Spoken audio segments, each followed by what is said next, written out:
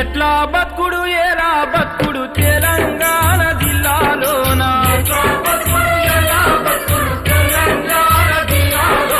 లాఠీ తూటల రాజ్యమాయ తెలంగాణ పల్లెలోన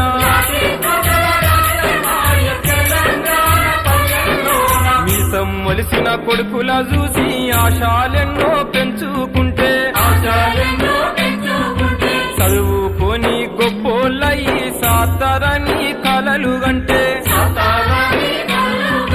కన్నందుకు కంటి పాపల కాటికైనా